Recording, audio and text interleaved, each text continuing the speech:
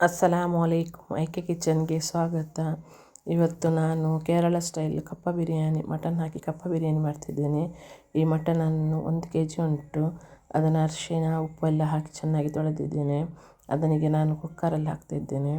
ಅದಕ್ಕೆ ಟೇಸ್ಟಿಗೆ ಬೇಕಾದಷ್ಟು ಉಪ್ಪು ಹಾಕ್ತೇನೆ, ಮತ್ತು ಸ್ವಲ್ಪ ಕರಿಬೇವಿನ ಎಲೆ ಹಾಕ್ತೇನೆ, ಮತ್ತು ಚಿಕ್ಕ ಈರುಳ್ಳಿ, ಸಾಂಬಾರು ಈರುಳ್ಳಿ ಅಂತ ಹೇಳ್ತೇವೆ, ಆ ಈರುಳ್ಳಿ ಒಂದು 10, ಮತ್ತು ಒಂದು ಈರುಳ್ಳಿ ಹೆಚ್ಚಿದ ಒಂದು ಈರುಳ್ಳಿ ಹಾಕ್ತೇನೆ, ಮತ್ತು ಹಸಿಮೆಣಸಿನಕಾಯಿ ಮತ್ತು ಶುಂಠಿ ಬೆಳ್ಳುಳ್ಳಿಯನ್ನು ಪೇಸ್ಟ್ ಮಾಡಿದ್ದಲ್ಲ, ಅದು ಕ್ರಷ್ ಮಾಡಿದ್ದು, ಹಾಗೆ ಅದನ್ನು ಸಹ ಹಾಕ್ತೇನೆ 1 ಟೇಬಲ್ ಸ್ಪೂನು.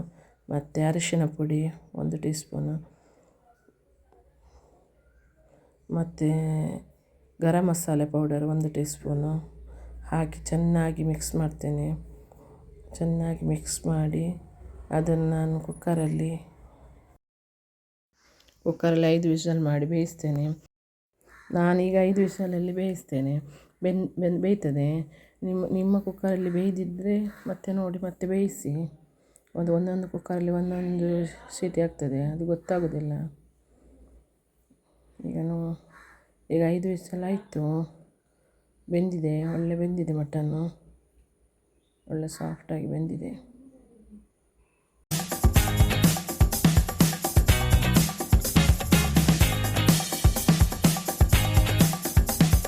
ಇದು ಕಪ್ಪ ಮರಗೆಣಸು ಅಂತ ಹೇಳ್ತೇವೆ ನಾವು ಕನ್ನಡದಲ್ಲಿ. 1 kg ಮರಗೆಣಸಿನದ ಸಿಪ್ಪೆ ತೆಗೆದು ಪೀಸ್ ಮಾಡಿದ್ದೇನೆ. ಅದಕ್ಕೆ ರುಚಿಗೆ ತಕ್ಕಷ್ಟು ಉಪ್ಪು, ಮತ್ತು 1 ಟೀ ಸ್ಪೂನ್ ಅರಿಶಿನ ಪುಡಿ, ಮತ್ತು ಸ್ವಲ್ಪ ನೀರು ಹಾಕಿ ಬೇಯಿಸ್ಕೊಳ್ತೇನೆ. ಇದು 3 ವಿಷಲಲ್ಲಿ ಬೇಯ್ತದೆ. ಅದಕ್ಕೆ ಮತ್ತೆ ಜಾಸ್ತಿ ಬೇಯಬೇಕಾದರೆ ನೀವು ಜಾಸ್ತಿ ಮಾಡಿಕೊಳ್ಳಿ. ನಾನು 3 ವಿಷಲಲ್ಲಿ ಬೇಯಿಸ್ತೇನೆ. ತುಂಬ ಬೆಂದು ಹೋಗಬಾರ್ದು, ಅಂದರೆ ಮಿಕ್ಸ್ ಮಾಡುವಾಗ ಮತ್ತೆ ಫುಲ್ಲು ಪುಡಿ ಆಗ್ತದೆ, ತಿನ್ನಲಿಕ್ಕೆ ಸಿಗೋದಿಲ್ಲ. ಹಾಗೆ ತುಂಬ ಜಾಸ್ತಿ ಬೇಯಿಸಬಾರ್ದು. ನೋಡಿ, ಇಷ್ಟು ಬೇಯಿಸಿದರೆ ಸಾಕು. ನಾವೀಗ ಕಟ್ ಮಾಡುವಾಗ 2 ಪೀಸ್ ಆಗ್ತದೆ, ಅಷ್ಟು ಬೇಯಿಸಿದರೆ ಸಾಕು. ಹೀಗೆ ಮುಟ್ಟುವಾಗ ಪುಡಿ ಪುಡಿ ಆದರೆ ಅಷ್ಟು ಬೇಯಿಸಬಾರ್ದು. ಈಗ ಕರೆಕ್ಟಾಗಿದೆ. ಈಗ ನಾನು ಮತ್ತೊಂದು ತವದಲ್ಲಿ ತೆಂಗಿನಕಾಯಿ 1 ಕಪ್ ತೆಂಗಿನಕಾಯಿ ತುರಿಯನ್ನು ಹಾಕ್ತೇನೆ. ಅದಕ್ಕೆ ಸ್ವಲ್ಪ ಕರಿಬೇವಿನ ಎಲೆ ಹಾಕಿ ಫ್ರೈ ಮಾಡ್ತೇನೆ. ಒಂದು ಕೆಂಪಗೆ ರೋಸ್ಟ್ ಮಾಡ್ತೇನೆ.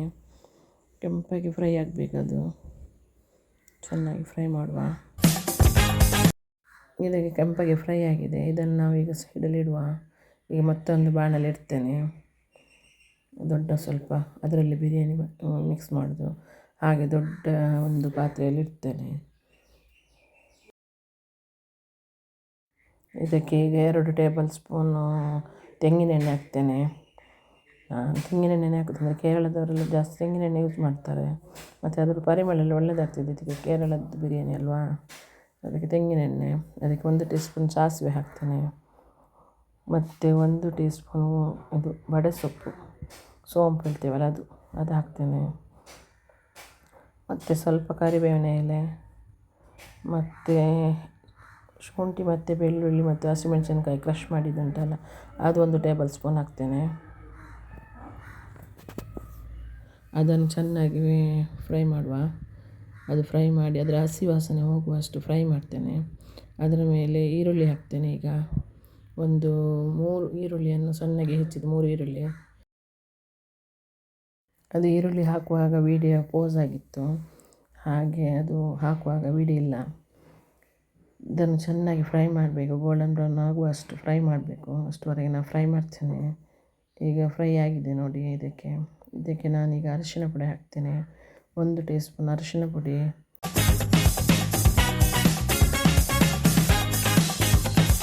ಮತ್ತು 1 ಟೇಬಲ್ ಸ್ಪೂನ್ ಕೊತ್ತಂಬರಿ ಪುಡಿ ಹಾಕ್ತೇನೆ.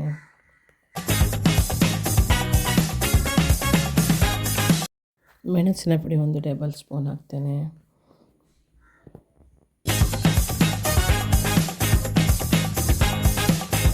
ಮತ್ತು ಕಾಳು ಮೆಣಸಿನ ಪುಡಿ 1 ಟೇಬಲ್ ಸ್ಪೂನ್ ಹಾಕ್ತೇನೆ. ಮತ್ತು garam masala powder 1 tea spoon ಹಾಕ್ತೇನೆ. ಇದನ್ನೆಲ್ಲ ಹಾಕಿ ಚೆನ್ನಾಗಿ ಮಿಕ್ಸ್ ಮಾಡ್ತೇನೆ. ಅದು ಮಸಾಲೆ ಸ್ವಲ್ಪ ಫ್ರೈ ಆಗುವಷ್ಟು ಮಿಕ್ಸ್ ಮಾಡ್ತೇನೆ.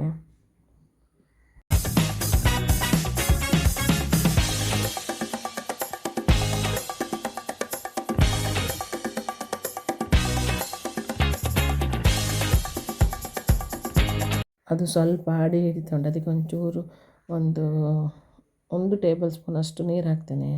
ನೀರು ಹಾಕಿ ಅದು ಮಸಾಲೆ ಒಳ್ಳೆ ಫ್ರೈ ಮಾಡ್ತೇನೆ. ಮತ್ತು ಚೆನ್ನಾಗಿ ಮಿಕ್ಸ್ ಮಾಡಬೇಕು.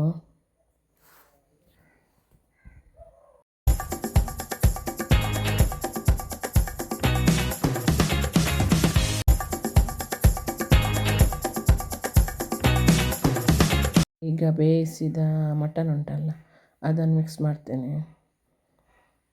ಅದು ಈಗ ಹಾಕ್ತೇನೆ ಇದಕ್ಕೆ. ಮತ್ತು ನೀವು ನನ್ನ ಚಾನಲನ್ನು ನೋಡ್ತಾ ಇದ್ದರೆ, ನನ್ನದು ಈ ವಿಡಿಯೋ ನಿಮಗೆ ಇಷ್ಟ ಆದರೆ ಸಬ್ಸ್ಕ್ರೈಬ್ ಮಾಡಿ, ಲೈಕ್ ಮಾಡಿ, ಶೇರ್ ಮಾಡಿ. ಮತ್ತು ನಿಮ್ಮ ಏನಾದರೂ ಅಭಿಪ್ರಾಯ ಇದ್ದರೆ ಕಮೆಂಟ್ ಮೂಲಕ ತಿಳಿಸಿ. ಇದನ್ನು ಚೆನ್ನಾಗಿ ಈಗ ಮಿಕ್ಸ್ ಮಾಡಬೇಕು. ಮಟನನ್ನು ಚೆನ್ನಾಗಿ ಮಿಕ್ಸ್ ಮಾಡುವ.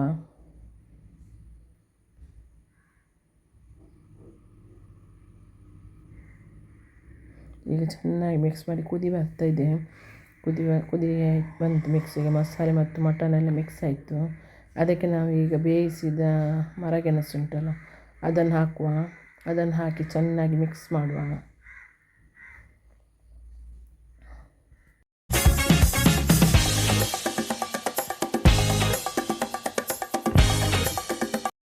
ಮಿಕ್ಸ್ ಮಾಡ್ತಾ ಅದನ್ನು ಸ್ವಲ್ಪ ಹೀಗೆ ಸ್ಮ್ಯಾಶ್ ಮಾಡ್ತಾ ಬರುವ. ಸ್ವಲ್ಪ ಮಸಾಲೆ ಎಲ್ಲ ಅದಕ್ಕೆ ಮರಗೆಣಸಿಗೆಲ್ಲ ಹಿಡಿಲಿಕ್ಕೆ ಆಗಿ ಚೆನ್ನಾಗಿ ಮಿಕ್ಸ್ ಮಾಡಿ. ಅದಕ್ಕೆ ಈಗ ಮಿಕ್ಸ್ ಆಗಿದೆ. ಅದಕ್ಕೆ ನಾವೀಗ ಫ್ರೈ ಮಾಡಿಟ್ಟಿದ್ದ ತೆಂಗಿನಕಾಯಿ ಉಂಟಲ್ಲ, ಕರಿಬೇವು ಮತ್ತು ತೆಂಗಿನಕಾಯಿ, ಅದನ್ನು ಹಾಕುವ. ಅದಕ್ಕೆ ಈಗ ನಾನು 1 ಟೇಬಲ್ ಸ್ಪೂನ್ ಕಾಳು ಮೆಣಸಿನ ಪುಡಿ ಹಾಕ್ತೇನೆ. ಅದು ಹಾಕಿ ಮತ್ತು ಹಸಿ ಈರುಳ್ಳಿ, ಒಂದು ಹಸಿ ಈರುಳ್ಳಿ ಸಣ್ಣಗೆ ಹೆಚ್ಚಿದ್ದು, ಒಂದು ಇಲ್ಲದಿದ್ದರೆ ಅರ್ಧ ಸಾಕು, ಎಷ್ಟು ಬೇಕಷ್ಟು ನನಗೆ ಹಾಕಿ. ಮತ್ತು 1 ಟೊಮೆಟೊ, ಅದನ್ನು ಸಣ್ಣಗೆ ಹೆಚ್ಚಿದ್ದು ಹಾಕಿ, ಮತ್ತು ಕೊತ್ತಂಬರಿ ಸೊಪ್ಪು ಹಾಕಿ ಮತ್ತು ಸ್ವಲ್ಪ ಮಿಕ್ಸ್ ಮಾಡುವ ಚೆನ್ನಾಗಿ. ಎಲ್ಲ ಒಂದು ಮಸಾಲೆ ಮತ್ತು ಇದೆಲ್ಲ ಮಿಕ್ಸ್ ಆಗಬೇಕು. ಚೆನ್ನಾಗಿ ಮಿಕ್ಸ್ ಮಾಡುವ. ಈಗ ಎಲ್ಲ ಚೆನ್ನಾಗಿ ಮಿಕ್ಸ್ ಆಗಿದೆ. ಈಗ ನಮ್ಮ ಕೇರಳ ಸ್ಟೈಲ್ ಕಪ್ಪ ಬಿರಿಯಾನಿ ರೆಡಿಯಾಗಿದೆ. ತುಂಬ ಟೇಸ್ಟಾಗಿರ್ತದೆ. ನೀವು ಮನೆಯಲ್ಲಿ ಮಾಡಿ. ಕಪ್ಪ ಅಂದರೆ ಮರಗೆಣಸು ಸಿಕ್ಕಿದರೆ ಮಾಡಿ ಟೇಸ್ಟ್ ಮಾಡಿ. ಹೇಗೆ ಉಂಟಂತೇಳಿ ನನಗೆ ಅಭಿಪ್ರಾಯ ತಿಳಿಸಿ, ಕಮೆಂಟ್ ಮೂಲಕ ತಿಳಿಸಿ. ಎಂಥ ಕಷ್ಟ ಇಲ್ಲ, ಸುಲಭದಲ್ಲಿ ಆಗ್ತದೆ.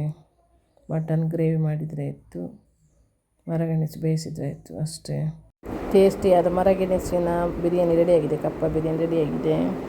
ನನ್ನ ವಿಡಿಯೋ ನೋಡಿದ್ದಕ್ಕೆ ಧನ್ಯವಾದಗಳು. ಅಸ್ಸಲಾಮು ಅಲೈಕುಮ್.